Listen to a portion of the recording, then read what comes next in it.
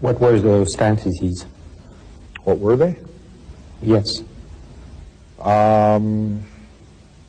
Possessing the severed heads of women. Men didn't turn me on. That wasn't very, I couldn't appreciate the appearances of a guy that when I was young. The first time, okay?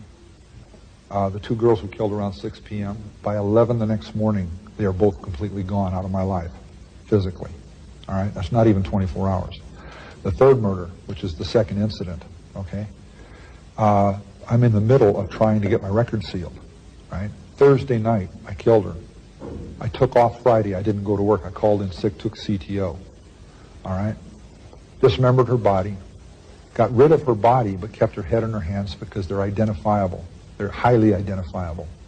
I kept those at the apartment, okay? That Friday night, Thursday night, I took her. Friday morning, she was dismembered. Friday night, she was disposed of. I was getting better at it. I was getting less detectable. I started flaunting that invisibility, severing a human head, 2 of them, at night in front of my mother's residence, with her at home, my neighbors at home upstairs, their picture window open, the curtains open, 11 o'clock at night, the lights are on. All they have to do is walk by, look out, and I've had it. Some people go crazy at that point. I felt it. It was one hell of a tweak. I mean, to just flip out and not know where I was. To be walking up the stairs with a camera bag that belonged to a young woman that had her severed head in it. Walking up to my apartment past a happy young couple coming down the stairs who nodded and smiled at me as they went by. Good evening. And they're going out on a date where I'd love to be going.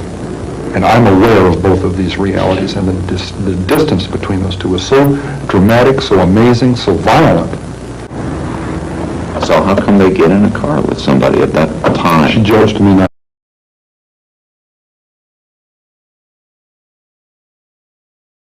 My mother since I was 8 years old, and I'm not proud of that. A month later, I'm up living with my grandparents in the mountains, and 10 months later, I murdered them. It made it worse to be on top of a mountain. I was literally on top of a mountain when it happened. And I sensed everybody in the world just stopping what they were doing, turning around, saw what I did, and are coming to get me.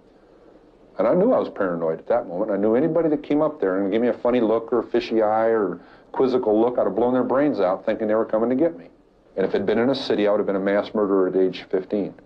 I would have killed until they gunned me down. I wouldn't have been able to reason my way out of it. I was scared to death, and I was violent. I felt my back hit that wall. I was the rabbit that always ran, that always backed away, always burned his bridges. And suddenly there weren't any more. And my back hit that wall, and I came out screaming and kicking.